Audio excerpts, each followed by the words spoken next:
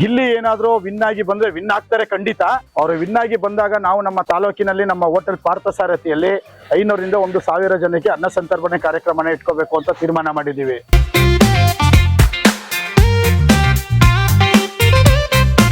ಅದು ಬನ್ನೂರ್ ಕುರಿ ಅಲ್ಲ ಮೇಡಮ್, ಅದನ್ನ ಕ್ಲಿಯರ್ ಮಾಡಕ್ಕೆ ಇಷ್ಟಪಡ್ತೀನಿ. ಅದು ಬಂಡೂರ್ ಕುರಿ.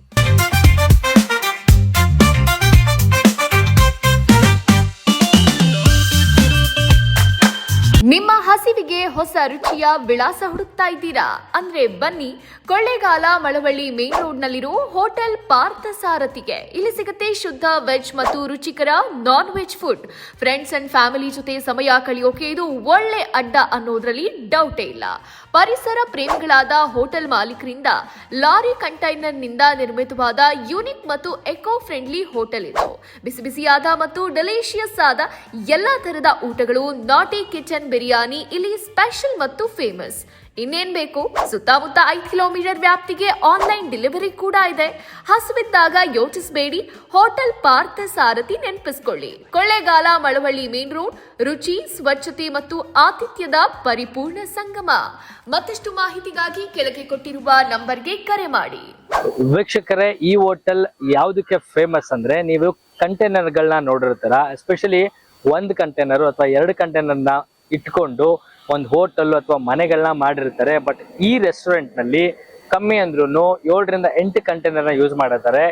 ಇಟ್ಸ್ ಅಪ್ ಟು 3 ಫ್ಲೋರ್ ತನಕ ಇರುತ್ತೆ. ಸೊ ಆ ಒಂದು ವೈಬ್ ಮತ್ತೆ ವ್ಯೂ ನ ನೀವು ಎಕ್ಸ್ಪೆರಿಮೆಂಟ್ ಮಾಡ್ಬೋದು. ಈ ಹೋಟೆಲ್ ಅಕ್ಕಪಕ್ಕದಲ್ಲಿ ಒಂದು ದೊಡ್ಡ ಬೆಟ್ಟ ಇದೆ. ಅದ್ರ ಜೊತೆಗೆ ಈವ್ನಿಂಗ್ ಬರುವಂತ ಸನ್ಸೆಟ್ ನೋಡ್ಲಿಕ್ಕೆ ತುಂಬಾ ಬ್ಯೂಟಿಫುಲ್ ಆಗಿರುತ್ತೆ. ನೀವು ಒಂದ್ಸರಿ ಇಲ್ಲಿ ಬಂದು ಎಕ್ಸ್ಪೀರಿಯನ್ಸ್ ಮಾಡಿದ್ರೆ ನಿಮ್ಗೆ ಕೂಡ ಗೊತ್ತಾಗುತ್ತೆ. ನೀವೇನಾದ್ರೂ ಈ ಕಡೆ ಟ್ರಾವೆಲ್ ಮಾಡ್ತಿದ್ರೆ ಇಲ್ಲಿರುವಂತ ಫುಡ್ ಆಗಿರ್ಬೋದು ಮತ್ತೆ ಅಟ್ಮಾಸ್ಫಿಯರ್ ಆಗಿರ್ಬೋದು, ನೀವು ಒಂದ್ಸರಿ ಎಕ್ಸ್ಪೀರಿಯನ್ಸ್ ಮಾಡಲೇಬೇಕು. ವೀಕ್ಷಕರೇ, ಹೋಟೆಲ್ ಪಾರ್ಥಸಾರಥಿ ಅಂದ್ರೆ ಈ ಹೋಟೆಲ್ ನ ಮಾಲೀಕರಾದಂತ ಪ್ರವೀಣ್ ಜಯರಾಮ್ ಅವರು ನಮ್ ಜೊತೆ ಇದ್ದಾರೆ. ಇವತ್ತಿನ ಈ ಕಾರ್ಯಕ್ರಮದಲ್ಲಿ ಈ ಹೋಟೆಲ್ ಬಗ್ಗೆ ನಾನು ನಿಮ್ಗೆ ಪರಿಚಯ ಮಾಡ್ಕೊಡ್ಬೇಕು ಅನ್ಕೊಂಡಿದ್ದೀನಿ. ಈ ಹೋಟೆಲ್ ನಲ್ಲಿ ಏನೆಲ್ಲ ಫೇಮಸ್ ಇದೆ, ಹೋಟೆಲ್ ಏನಕ್ಕೋಸ್ಕರ ಏನೆಲ್ಲ ಮೆನುಗಳನ್ನ ಮಾಡ್ತಾರೆ, ಮತ್ತೆ ಯಾವ ತರ ಜನಗಳು ಬರ್ತಾರೆ, ಏನೆಲ್ಲ ಫೆಸಿಲಿಟೀಸ್ ಸಿಗುತ್ತೆ, ಪ್ರತಿಯೊಂದನ್ನು ಕೂಡ ಪ್ರವೀಣ್ ಜಯರಾಮ್ ಅವರು ನಮ್ ಜೊತೆ ಇದ್ದಾರೆ. ಮಾತನಾಡ್ಸೋಣ ಸರ್. ನಮಸ್ತೆ. ಓಕೆ, ಹೇಗಿದ್ದೀರಾ? ಚೆನ್ನಾಗಿದೆ ಸರ್. ಚೆನ್ನಾಗಿದ್ದೀನಿ. ಸೊ ನಿಮ್ಮ ಹೋಟೆಲ್ ಆಕ್ಚುಲಿ ರಿವ್ಯೂ ಮಾಡೋಕ್ಕಿಂತ ನಾವೇ ಫುಡ್ ತಿಂದ್ವಿ, ತುಂಬಾ ಚೆನ್ನಾಗಿತ್ತು ಒಂದು. ಅಂಡ್ ಈ ಒಂದು ಅಟ್ಮಾಸ್ಫಿಯರ್ ಕೂಡ ಸಖತ್ತಾಗಿದೆ ಆಕ್ಚುಲಿ. ಹೊರಗಡೆಯಿಂದ ಹೋಗೋರಿಗೆ ಬರೋರಿಗೆ, ಎಸ್ಪೆಷಲಿ ನೀವು ಮಳವಳ್ಳಿ ಮತ್ತೆ ಕೊಳ್ಳೇಗಾಲ ಮೇನ್ ರೋಡ್ ಅಲ್ಲಿ ಇಟ್ಟಿರೋದ್ರಿಂದ so it's like hot point ಅಂತ ಹೇಳ್ಬೋದು, ಎಸ್ಪೆಷಲಿ ಟ್ರಾವೆಲ್ ಮಾಡೋರಿಗೆ. ಸೊ ಏನ್ ಕಾನ್ಸೆಪ್ಟ್ ಸ್ಟಾರ್ಟ್ ಮಾಡಿದ್ರು ಸರ್? ಆಕ್ಚುಲಿ ನಾವು ಇಲ್ಲಿ ಶುರು ಮಾಡಿದಾಗ ಯಾವ್ದು ಕೂಡ ಹೋಟೆಲ್ ಇರಲಿಲ್ಲ. ಸೊ ಬ್ಯಾಂಗ್ಳೂರ್ ಶುರು ಆಯ್ತು ಅಂದ್ರೆ ದಿಂಡಿಗಲ್ ಹೈವೇ ಇದು. ಸೊ ಮಧ್ಯೆ ಯಾವ್ದು ಇರ್ತಾ ಇರಲ್ಲ. ಚಾಮರಾಜನಗರ ನಮ್ ಕರ್ನಾಟಕ ಬಿಟ್ಟು ಈಚೆ ಹೋಗೋ ತನಕ ಯಾವ್ದು ಹೋಟ್ಲ್ ಇರಲ್ಲ ಬೈಪಾಸ್ ಅಲ್ಲಿ. ಸೊ ಟೂರಿಸ್ಟ್ಗೆ ಹಾಗೂ ಬೈಕ್ ರೈಡರ್ಸ್ಗೆ ಎಲ್ಲಾರ್ಗು ನಮ್ಗೆ ಅನುಕೂಲ ಆಗ್ಲಿ ಅನ್ನೋ ಥಾಟ್ ಪ್ರೊಸೆಸ್ ನಿಮ್ಮಲ್ಲಿ ಇತ್ತು. ಅದರಿಂದ ನಾವಿಲ್ಲಿ ಆಕ್ಚುಲಿ ಪ್ಲೇಸ್ ನೋಡಿ ಇದ್ ಮಾಡಿದ್ವಿ. ಆಕ್ಚುಲಿ ಇದೇ ಜಾಗದಲ್ಲಿ ಏನ್ ತುಕ್ ಮಾಡಿದ್ವಿ ಅಂದ್ರೆ, ನೀವು ಸುತ್ತ ನೋಡ್ಬೋದು, ಒಂದ್ ವ್ಯೂ ಹೋಗಿದ್ ಬನ್ನಿ ನೀವು, ನಿಮ್ಗೆ ಪಕ್ಕಾ ಮೌಂಟೇನ್ ಸಿಗುತ್ತೆ. ಇಲ್ಲೇ ಪಕ್ಕದಲ್ಲಿ ನಮ್ಗೊಂದು ಬೆಟ್ಟ ಇದೆ, ತುಂಬಾ ಫೇಮಸ್ ಬೆಟ್ಟ. ಅದ್ರಲ್ಲೂ ಈ ವಿಂಟರ್ ಟೈಮ್ ಅಲ್ಲಿ ನಿಮ್ಗೆ ಅಲ್ಲಿ ಟ್ರೆಕ್ಕಿಂಗ್ ಮಾಡ್ತಾರೆ. ಸೊ ಅದೊಂದು. ಸೊ ನಿಮ್ಗೆ ಇಲ್ಲಿಂದ ಜಸ್ಟ್ ಒಂದು 16 ಕಿಲೋಮೀಟರ್ಸ್ ಅಲ್ಲಿ ನದಿ ಹರಿಯುತ್ತೆ. ಸೊ ನನ್ಗೆ ಕಾನ್ಸೆಪ್ಟ್ ಇದ್ದಿದ್ದು ಪರಿಸರದ ಮಧ್ಯ ರೆಸಾರ್ಟ್ ಟೈಪ್ ಅಲ್ಲಿ ನಮ್ಗೆ ಒಂದು ರೆಸ್ಟೋರೆಂಟ್ ಮಾಡ್ಬೇಕು ಅನ್ನೋದು ನನಗೊಂದು ಥಾಟ್ ಇತ್ತು. ರೆಸ್ಟೋರೆಂಟ್ ನ ರೆಸಾರ್ಟ್ ಟೈಪ್ ಅಲ್ಲಿ ಮಾಡೋದ್ರಲ್ಲಿ ಒಂದ್ ಸ್ವಲ್ಪ ನಾನು ಇಂಪ್ರೂವ್ ಮಾಡ್ತಾ ಇದೀನಿ ಅಂತ ನನ್ಗನ್ಸಿದೆ. ಸೊ ಬಂದವರು ನೋಡಿದವರು ನಿಮ್ಮಂತ ವೀಕ್ಷಕರು ಏನ್ ಹೇಳ್ತಾರೆ ಅದನ್ನು ಕೇಳ್ಬೇಕಂತೆ. ಓಕೆ, ಅಂದ್ರೆ ಲೈಕ್ ನೀವು ಪರಿಸರ ಪ್ರೇಮಿ ಆಗಿರೋದ್ರಿಂದ ಲೈಕ್ ಎಲ್ಲಾ ಕಡೆ ಗಿಡಗಳನ್ನ ನೆಟ್ಟು, ಮರಗಳನ್ನ ನೆಟ್ಟು, ಎಲ್ಲದಕ್ಕಿಂತ ಈ ಕ್ಯಾಂಟೀನರ್ ಕಾನ್ಸೆಪ್ಟ್ ಹೆಂಗ್ ಬಂತು ನಿಮ್ಗೆ? ಸೊ ನನಗೆ ಏನು ಅಂದ್ರೆ ಬರ್ತಾ ಆಕ್ಚುಲಿ ನಾನು ಕಾಲೇಜ್ಗೆ ಹೋದೆ. ಕಾಲೇಜಲ್ಲಿ ಸೊ ನನ್ ಸುತ್ತಮುತ್ತ ಇದ್ದವರೆಲ್ಲ ಎಲ್ಲಾ ಬಿಗ್ ಶಾಟ್ಸ್ ಗಳೆಲ್ಲ. ಸೊ ನಾವಿದ್ದು ಅವ್ರಿಗಿದ್ದು ತುಂಬಾ ವ್ಯತ್ಯಾಸ ಇತ್ತು. ಸೊ ನಮ್ ತಂದೆಗೆ ನಾನು ಅವಾಗ್ಲಿಂದ ಹೇಳ್ತಾ ಬರ್ತಾ ಇದ್ದೆ, ಬಿಸ್ನೆಸ್ ಮಾಡವ ಅಂತ. ಸೊ ಅವರು ಪೂರ್ ಬ್ಯಾಕ್ ರೋಡ್ ಇಂದ ಬಂದಿದ್ರಿಂದ ಅವ್ರಿಗೂ ಪಾಪ ಅಷ್ಟು ಧೈರ್ಯ ಇರಲಿಲ್ಲ. ಒಂದ್ ಬಿಸ್ನೆಸ್ ಅಂದ್ರೆ ಹಿಂಗೆ ಏನಿರುತ್ತ ಅಂತ ಅವ್ರಿಗೂ ಐಡಿಯಾ ಇಲ್ಲ. ನಮ್ಮ ಒಂದು ಫ್ಯಾಮಿಲಿಲಿ ದೊಡ್ಡ ಮಟ್ಟದಲ್ಲಿ ಬಿಸ್ನೆಸ್ ಮಾಡಿರೋದು ಫಸ್ಟ್ ನಾನೇ. ಸೊ ಏನಾಯ್ತು ಅಂದ್ರೆ ನಮ್ ತಂದೆ ತುಂಬಾ ಎದುರುತ್ತಾ ಇದ್ರು ಬಿಸ್ನೆಸ್ ಅಂದ್ರೆ. ಸೊ ನಾನೇನ್ ಮಾಡಿದೆ, ನನಗೆ ಆಕ್ಚುಲಿ ನಾವು ಬ್ಯಾಕ್ ಬೆಂಚರ್ ಸರ್. ಆಕ್ಚುಲಿ ನನ್ಗೆ ಯಾವತ್ತು ನಾನು ಯಾವ್ದೋ ಗೌರ್ಮೆಂಟ್ ಜಾಬ್ ಆಗ್ಲಿ ಇನ್ನೊಂದಕ್ಕಾಗ್ಲಿ ನಾನು ಅಪ್ಲಿಕೇಶನ್ ಹಾಕ್ಬೇಕು, ಗೌರ್ಮೆಂಟ್ ಜಾಬ್ ಮಾಡ್ಬೇಕು ಅನ್ನೋದು ನನ್ನ ತಲೆಗೆ ಇದುವರೆಗೂ ಬಂದಿಲ್ಲ. ನನಗೇನಿದ್ರು ಅವತ್ತಿಂದ ಬಿಸ್ನೆಸ್. ಯಾಕೆಂದ್ರೆ ನನ್ ಸುತ್ತಮುತ್ತ ಇದ್ದವರೆಲ್ಲ ಬಿಸ್ನೆಸ್, ಬಿಗ್ ಶಾಟ್ಸ್ ಎಲ್ಲ ಇದ್ರಿಂದ ನನ್ ಬಿಸ್ನೆಸ್ ಅನ್ನೋದು ನನ್ನ ತಲೆಗೆ ಕೂತ್ಬಿಟ್ಟು. ಸೊ ನಾನು ಆಕೆ ಬರ್ತಾ ಏನಾಯ್ತು, ನನಗೆ ಹೋಟೆಲ್ ಬಿಸ್ನೆಸ್ ಮೇಲೆ ಆಗ್ಲೇ ನಿಮ್ಗೆ ಹೇಳ್ದೆ ಹಾಗೆ ಒಂದು ಫಿಲಮ್ ನೋಡಿದೆ. ಆ ಫಿಲಮ್ ಇಂದ ನಾನು ಸ್ವಲ್ಪ ಆ ಫಿಲಮ್ ನೋಡಿದ್ಮೇಲೆ ಇಲ್ಲ ನಾನು ಒಂದಷ್ಟು ಜನ ಕನ್ನ ಹಾಕ್ಬೇಕು ಅನ್ನೋದು ಬಂತು. ಆ ಉದ್ದೇಶದಿಂದ ನಾನು ಹೋಟೆಲ್ ಮಾಡಿದೆ. ಸೊ ಹೋಟೆಲ್ ಮಾಡ್ಬೇಕು, ಹೋಟೆಲ್ ಚಿಕ್ಕ ಪುಟ್ಟದ್ ಮಾಡ್ಬಾರ್ದು, ಯಾರೇ ಆದ್ರೂ ತಿರ್ಗ್ ನೋಡೋ ತರ ಮಾಡ್ಬೇಕು ಅನ್ನೋದೊಂದು ಇದ್ ಬಂತು. ತಿರ್ಗ್ ನೋಡ್ಬೇಕು ಅಂದ್ರೆ ಎಲ್ಲ ಆಸ್ ಯೂಶುವಲ್ ಎಲ್ಲ ಒಂದು ಗೋಡೆ ಎತ್ತಿಸ್ತಾರೆ, ಬಿಲ್ಡಿಂಗ್ ಮಾಡ್ತಾರೆ. ಸೊ ಎಲ್ಲ ಅದೇ ಅಲ್ವಾ ಅಂತ ನನಗೆ ಫಸ್ಟ್ ಹೋಗ್ತಾ ರಿಸರ್ಚ್ ಮಾಡ್ತಾ ಮಾಡ್ತಾ ಮಾಡ್ತಾ ಎಲ್ಲ ಒಂದ್ ಕಡೆ ನಾನು ಕಂಟೈನರ್ ನೋಡಿದೆ. ಕಂಟೈನರ್ ಅಲ್ಲಿ ನೀವೆಲ್ಲ ನೋಡಿರೋ ಪ್ರಕಾರ ಫಸ್ಟ್ ಫ್ಲೋರ್ ಅಂದ್ರೆ ಗ್ರೌಂಡ್ ಫ್ಲೋರ್ ಅಥವಾ ಫಸ್ಟ್ ಫ್ಲೋರ್ ನಿಮ್ಗೆ ಕಾಣಕ್ ಸಿಗುತ್ತೆ ಕೆಲವೊಂದ್ ಕಡೆ. ಸೊ ನನ್ ಥಾಟ್ ಬಂದಿದ್ದು, ಈಗ ನಮ್ ತಂದೆಗೆ ನಮ್ಮ ಜಮೀನ್ ಇಲ್ಲ ಸರ್, ನಮ್ಮ ಹತ್ರ ಯಾವ್ದೇ ರೀತಿ ಜಮೀನ್ ಇಲ್ಲ. ಯಾವ್ದೋ ಒಂದ್ ಸೈಟ್ ಐತೆ, ಸೈಟ್ ಒಂದ್ ಮನೆ ಐತೆ, ಅಷ್ಟು ಬಿಟ್ರೆ ನಮ್ಮ ಹತ್ರ ಯಾವ್ದೇ ಅಸೆಟ್ಸ್ ಆಗ್ಲಿ ಇನ್ನೊಂದಾಗ್ಲಿ ನಾವು ಏನು ಇಲ್ಲ. ಇದು ಬಾಡಿಗೆಗೆ ತಗೊಂಡು ಅವ್ರ ಹತ್ರ ಕೇಳಿ ಒಂದ್ 20 ವರ್ಷ ಲೀಸ್ ಹಾಕೊಂಡು ಮಾಡ್ಬೇಕು ಅಂತ ಮಾಡಿದೆ. ಸೊ ಆಯ್ತು, 20 ವರ್ಷ ಲೀಸ್ಗೆ ಹಾಕ್ಸ್ಕೊಂಡಿದ್ವಿ. 20 ವರ್ಷ ಆದ್ಮೇಲೆ ಏನ್ ಮಾಡೋದು? ಸೊ ಏನೇ ಮಾಡಿದ್ರು ಅವ್ರು ಬಿಟ್ಟು ಹೋಗ್ಬೇಕು. ಸೊ ಏನ್ ಮಾಡೋದು ಅಂತ ಇದೇ ತರ ಯೋಚನೆ ಮಾಡ್ತಾ ಮಾಡ್ತಾ ಅದನ್ನ ಆಗ್ಲೇ ಹೇಳಿದಾಗ ಕಂಟೈನರ್ ಅದು ಒಂದು ಕಾನ್ಸೆಪ್ಟ್. ಕಂಟೈನರ್ ಬರೀ ಕಂಟೈನರ್ ಮಾಡಿದ್ರು ಕೂಡ ಯಾರು ಎಲ್ಲ ಇದೆಯಲ್ಲ ಅದ್ರಲ್ಲಿ ಏನು ಯೂನಿಕ್ ಆಗಿ ಏನಿದೆ ಅಂತ ಅನ್ನಿಸ್ತು. ಸೊ ಎಲ್ಲೂ ಟ್ರಿಪ್ಲೆಕ್ಸ್ ಇಲ್ಲ. ಸೊ 3 ಫ್ಲೋರ್ ಎಲ್ಲೂ ನಿಮ್ಗೆ ಕಂಟೈನರ್ ನೋಡ್ಲಿಕ್ಕೆ ಸಿಗಲ್ಲ ನಾನ್ ನೋಡಿರೋ ಪ್ರಕಾರ. ಸೊ ಅದೊಂದು ಥಾಟ್ ಬಂತು.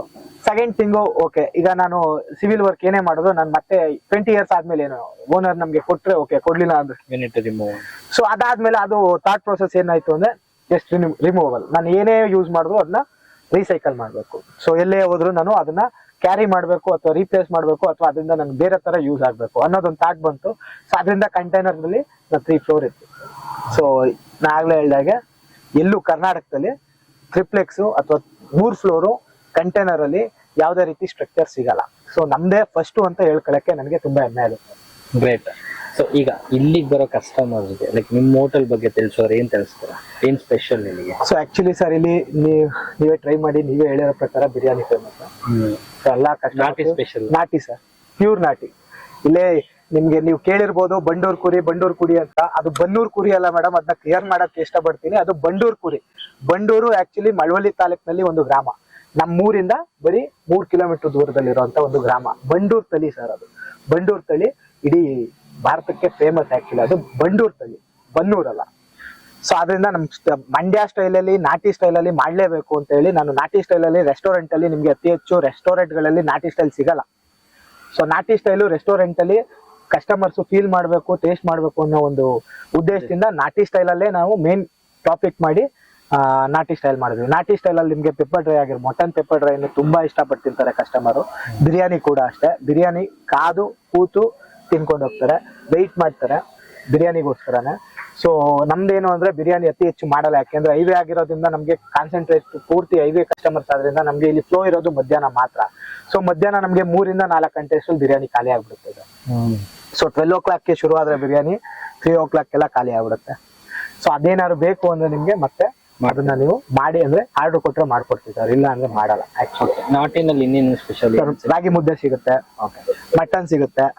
ನಾಟಿ ಸ್ಟೈಲ್ ಅಲ್ಲಿ ನಿಮ್ಗೆ ಮುದ್ದೆ ಸಿಗುತ್ತೆ, ಕುರ್ಮಾ ಸಿಗುತ್ತೆ, ಅಂದ್ರೆ ಮಟನ್, ಚಿಕನ್, ಬೋಟಿ, ಈ ತರ ನಾಟಿ ಸ್ಟೈಲ್ ಅಲ್ಲಿ ನಿಮ್ಗೆ ಏನೇ ಬೇಕು ಅಂದ್ರೆ ಆರ್ಡರ್ ಕೊಟ್ರೆ ಮಾಡ್ಕೊಡ್ತೀವಿ. ಬಟ್ ರೆಗ್ಯುಲರ್ ಆಗಿ ನಿಮ್ಗೆ ಮುದ್ದೆಯಿಂದ ಹಿಡಿದು ಚಪಾತಿ, ಪರೋಟ ಅಥವಾ ಮಟನ್, ಚಿಕನ್, ಕುರ್ಮಾ, ಬೋಟಿ ಈ ತರ ಸಿಗುತ್ತೆ ಸರ್.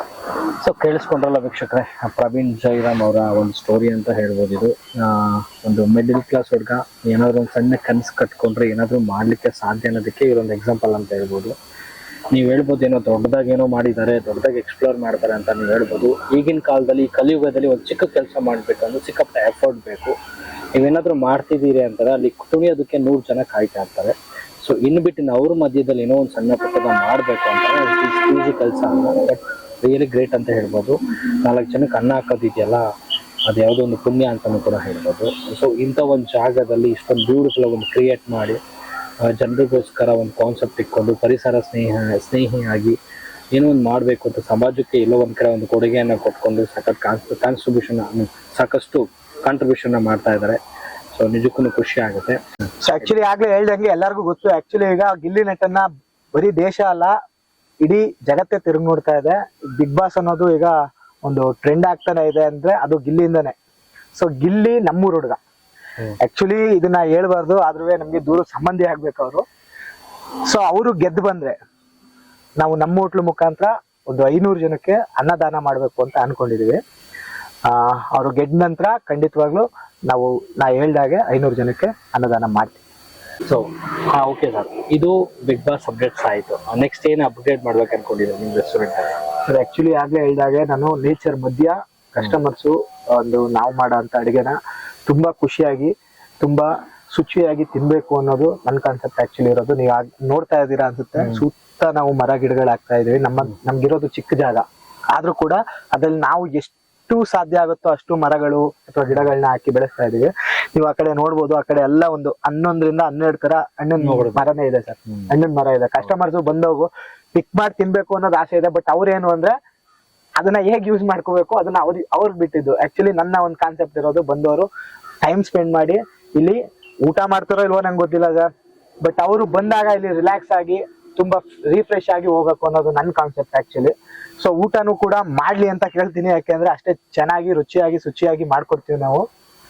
ಹಾಗೆ ಏನಂತ ಅಂದ್ರೆ ಪರಿಸರದ ಮಧ್ಯ ಅವರು ಒಂದಷ್ಟು ಕಾಲ ಕಳೆದು ಒಂದು ಅದೇ ಹೇಳ್ತಾ ಇದೀವಲ್ಲ, ಬೆಂಗಳೂರಿಂದ ನಮ್ದು ಆಕ್ಚುಲಿ ಬೆಂಗಳೂರಿಂದ ದಿಂಡಿಗಳ ಹೈವೇ ಇದು. ಸೊ ಎಲ್ಲ ಕಾರ್ಪೊರೇಟ್ ಅಲ್ಲೇ ಇರೋದ್ರಿಂದ ಅವ್ರಿಗೆ ತುಂಬಾ ಮೈಂಡ್ ಸ್ಟ್ರೆಸ್ ಆಗಿರುತ್ತೆ, ಅಥವಾ ಈ ಬಿಸಿ ಲೈಫ್ ಅಲ್ಲಿ ಅವ್ರಿಗೆ ತುಂಬಾ ಸ್ಟ್ರೆಸ್ಸಸ್ ಅಥವಾ ಯೋಚನೆಗಳು ಬೇರೆ ತರಾನೇ ಇರುತ್ತೆ. ಅಂತವ್ರೆಲ್ಲ ಇಲ್ಲಿ ಬಂದು ಕೂತು ಒಂದಷ್ಟು ಟೈಮ್ ಸ್ಪೆಂಡ್ ಮಾಡಿ ಅಥವಾ ರಿಲ್ಯಾಕ್ಸ್ ಆಗಿ ಹೋಗ್ಲಿ ಅಂತ ನಾನು ಈ ಕಾನ್ಸೆಪ್ಟ್ ಅಲ್ಲಿ ನನ್ನ ರೆಸ್ಟೋರೆಂಟ್ ನ ಮಾಡ್ತಾ ಇದ್ದೀನಿ. ಅಂಡ್ ನಾನು ಹೇಳಿದೆ ಪರಿಸರ ಸ್ನೇಹಿ ಅಂತ. ಸೊ ನೀವು ಒಂದು ಪರಿಸರದ ಮಧ್ಯದಲ್ಲಿ ಒಂದು ಟೈಮ್ ಸ್ಪೆಂಡ್ ಮಾಡೋದ್ರಿಂದ ನಿಮಗೂ ಕೂಡ ಬಹಳ ಖುಷಿ ಆಗುತ್ತೆ. ಸೊ ಪ್ರವೀಣ್ ಅಂತ ಯಾವಾಗಲೂ ಇಲ್ಲಿ ಇರ್ತಾರೆ. ನಿಮ್ಗೇನಾದ್ರೂ ಲೈಕ್ ಡೌಟ್ಸು ಇಲ್ಲ ಜಾಸ್ತಿ ಆರ್ಡರ್ಸ್ ಬೇಕು ಇಲ್ಲ ಪಾರ್ಟೀಸ್ ಏನೋ ಮಾಡಬೇಕು, ಏನೇ ಯಾವುದೇ ಥರ ಕಾನ್ಸೆಪ್ಟ್ ಇದ್ರೂ ಇಲ್ಲಿ ನಂಬರ್ ಕೊಟ್ಟಿರ್ತೀವಿ, ಆ ನಂಬರ್ಗೆ ಕಾಲ್ ಮಾಡಿ. ಗೂಗಲಲ್ಲೂ ನಂಬರ್ ಇರುತ್ತೆ, ಲೊಕೇಶನ್ಸ್ ಹಾಕೋಬಹುದು. ಏನೇ ಇದ್ರೂ ಇವ್ರಿಗೆ ಒಂದ್ಸರಿ ಕಾಲ್ ಮಾಡಿ ನಿಮ್ಮ ರಿಕ್ವೈರ್ಮೆಂಟ್ನ ತಿಳಿಸಿದ್ರೆ ಖಂಡಿತ ಅವರು ಸಪೋರ್ಟ್ ಮಾಡ್ತಾರೆ. ಆ ಜಾಗ ಯಾವ ತರ ಬೇಕು, ಏನ್ ನಿಮ್ ಪ್ಲಾನ್ಸ್ ಇದೆ, ಪ್ರತಿ ಸ್ಮಾಲ್ ಇವೆಂಟ್ಸ್ ಎಲ್ಲ ಮಾಡ್ಬೋದು. ಸ್ಮಾಲ್ ಬರ್ಡೇ ಪಾರ್ಟೀಸು ಆಯ್ತಾ, ಮತ್ತೆ ನೇಮ್ ಸೆಲೆಬ್ರೇಷನ್ಸ್, ಸೆರೆಮನೀಸು, ಈ ತರದ್ದೆಲ್ಲ ಒಂದಲ್ಲ ಎರಡು ಸಾಕಷ್ಟು ಇದೆ. ಯಾವ ತರ ಬೇಕಾದ್ರೂ ನೀವು ಸೆಲೆಬ್ರೇಷನ್ಸ್ ನ ಇಲ್ಲಿ ಮಾಡ್ಬೋದು. ಒಂದು ಒಳ್ಳೆ ಹಬ್ಬ ಅಂತ ಕೂಡ ಹೇಳ್ಬೋದು. ನೋಡೋಕೆ ತುಂಬಾ ಚೆನ್ನಾಗಿದೆ. ನಾನು ಹೇಳೋದಲ್ಲ, ನೀವು ಒಂದ್ಸರಿ ಎಕ್ಸ್ಪ್ಲೋರ್ ಮಾಡಿ, ಈ ವಿಡಿಯೋನು ನೋಡಿ, ನೀವು ಒಂದ್ಸರಿ ಬಂದು ಹೋಗಿ ಒಂದ್ಸರಿ ಮಾತಾಡಿ ಅಂತ ನಾನು ಈ ವಿಡಿಯೋದಲ್ಲಿ ಇಷ್ಟಪಡ್ತೀನಿ. ವೀಕ್ಷಕರೇ, ನೀವು ಬಿಗ್ ಬಾಸ್ ನೋಡ್ತಿರ್ತೀರಾ. ಬಿಗ್ ಬಾಸ್ ಅಲ್ಲಿ ಗಿಲ್ಲಿ ನಟನ್ ನೋಡ್ತಾ ಇರ್ತೀರಾ. ಸೊ ಅವ್ರ ಆಟಗಳನ್ನ ನೋಡಿದ್ದೀರಾ. ಅವ್ರ ಬಗ್ಗೆ ಒಂದು ಚಾಲೆಂಜ್ ಇಟ್ಕೊಂಡಿದ್ದಾರೆ, ಒಂದು ಕಾನ್ಸೆಪ್ಟ್ ಇಟ್ಕೊಂಡಿದ್ದಾರೆ. ಪ್ರವೀಣ್ ಅವರು ಬನ್ನಿ ಮಾತನಾಡ್ಸೋಣ. ಏನ್ ಸರ್ ಅದು ಕಾನ್ಸೆಪ್ಟ್? ಸರ್ ಆಕ್ಚುಲಿ ಗಿಲ್ಲಿ ನಟ ಆಕ್ಚುಲಿ ನಮ್ಮೂರವರು, ಅಂದ್ರೆ ಮಳವಳ್ಳಿ ಅವರು. ಸೊ ಅವರು ಬಿಗ್ ಬಾಸ್ ಅಲ್ಲಿ ತುಂಬಾ ಚೆನ್ನಾಗಿ ಅದ್ಭುತವಾಗಿ ಆಟ ಆಡ್ತಾ ಇದಾರೆ. ಸೊ ಈಗ ಆಲ್ರೆಡಿ ಎಲ್ರಿಗೂ ಗೊತ್ತಿರೋ ತರ ಗಿಲ್ಲಿ ನಟ ಇಡೀ ಇಂಡಿಯಾ ಅಲ್ಲ, ದೇಶನೇ ನಮ್ಮೂರ್ ಕಡೆಗೆ ತಿರುಗಿ ನೋಡೋ ತರ ಮಾಡ್ತಾ ಇದಾರೆ. ಸೊ ಅದು ನಮ್ಗೊಂಥರ ಹೆಮ್ಮೆನೆ. ಅದರಿಂದ ಗಿಲ್ಲಿ ನಟ ಗೆದ್ರೆ ಸೊ ಅವ್ರು ಗೆಲ್ತಾರೆ ಅಂತ ನಾವು ಎಲ್ರೂ ತುಂಬಾ ಎಷ್ಟು ಸಾಧ್ಯ ಆಗುತ್ತೆ ಅಷ್ಟು ಪ್ರಯತ್ನ ಪಡ್ತಾ ಇದೀವಿ. ಓಟ್ ಹಾಕ್ಸೋದ್ರಿಂದ ಆಗ್ಲಿ, ಈಗ ಆಲ್ರೆಡಿ ನಮ್ ಪೇಜ್ ಫಾಲೋ ಮಾಡ್ತಾ ಇದ್ರೆ ನಿಮ್ಗೆಲ್ಲರಿಗೂ ಗೊತ್ತಾಗಿರುತ್ತೆ ನಾವು ಎಷ್ಟು ಜನ ಓಟ್ ಹಾಕ್ಸ್ತಾ ಇದೀವಿ, ಓಟ್ ಹಾಕ್ತಾ ಇದೀವಿ ಅಂತ. ಸೊ ಇದು ಇನ್ನು ಮುಂದುವರಿತಾ ಇರುತ್ತೆ. ಗಿಲ್ಲಿ ಗೆಲ್ಲೋ ತನಕನೂ ನಮ್ ಪ್ರಯತ್ನ ನಡೀತಾನೆ ಇರುತ್ತೆ.